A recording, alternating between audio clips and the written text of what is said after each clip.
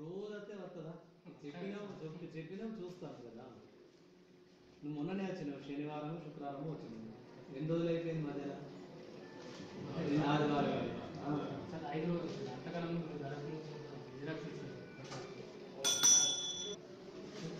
నేను వీళ్ళని అడుగుతున్నదే ఒకసారి అసైన్మెంట్ రిజిస్టర్ కూడా చూసుకోవాలి.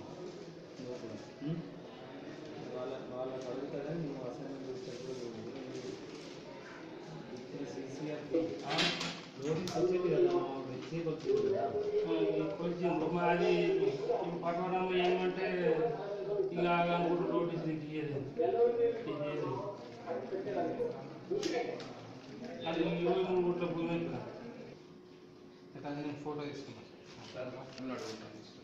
ఎందుకు అడుగుతారు అంటే ఇక్కడ మళ్ళీ రావడానికి మళ్ళీ రావాలంటే అవసరం లేదు. నువ్వు నాకు ఒకసారి జిరాక్స్ ఇచ్చిపోయింది. జిరాక్స్ దరఖాస్తు మీరు ఏదన్నా ఉంటే నేను చాలా ఇప్పుడు ఒకసారి వెరిఫికేషన్ చేసుకుంటాను. ఏం లేదు. ఇంటీరియర్ ఆర్డర్ మీకేం ఆర్డర్ వచ్చింది? చేయమని ఆర్డర్ వచ్చిందా? రెండిట్లో చేసింది. ఎప్పుడైంది? 2007లో మేము కేసు పెట్టినప్పుడు లేదు. మేము అది పాన్ పెట్టినాం కదా సార్. 2007లో కాలేదు. ఇప్పుడు ఎట్లా అయింది? కేసు నడవడానికి ఎట్లా అయింది? ఇంకా కేసు కాలేదు.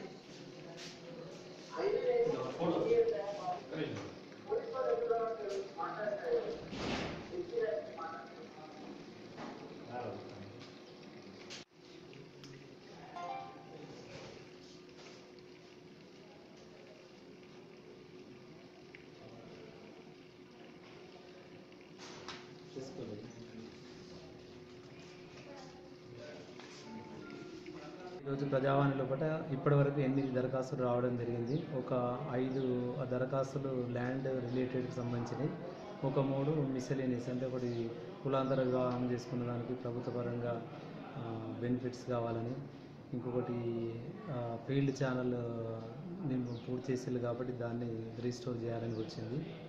ఈ రకంగా 8 దరఖాస్తులు ఇప్పటివరకు రావడం జరిగింది. వీటన్నిటి మీద విచారణ చేసి తగు చర్య తీసుకోవడం జరుగుతుంది.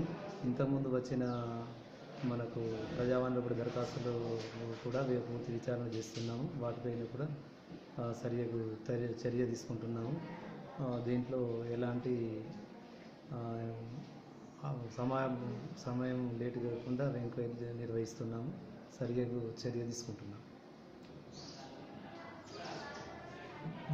భూ ప్రక్షాళనలో భాగంగా మరి నేను ఇంతకుముందే రైతుల దగ్గరికి వెళ్ళి వాళ్ళ ఖాతాలు 1B ఖాతాలన్నీ సరిచేయడం జరిగింది. వాళ్ళకు 1B ఖాతాలు కూడా పంపడం జరిగింది.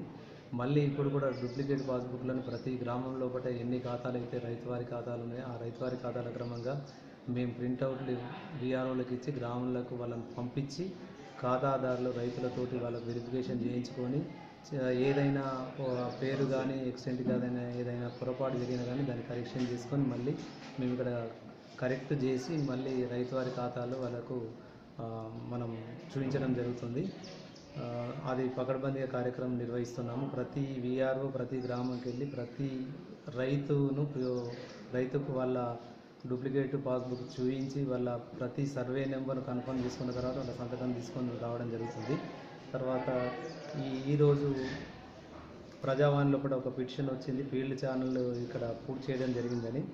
దానికి మేము ఇమీడియట్గా మా పంపించి ఆ పూర్తి చేసిన జనాలను పరిశీలించడం జరుగుతుంది. అలాగే ఎస్ఆర్ఎస్పి డిటి గారిని కానీ లేకపోతే ఏఈ గారిని పిలిపించి వాళ్ళతో సమన్వయంతో దాని మీద చర్య తీసుకోవడం జరుగుతుంది.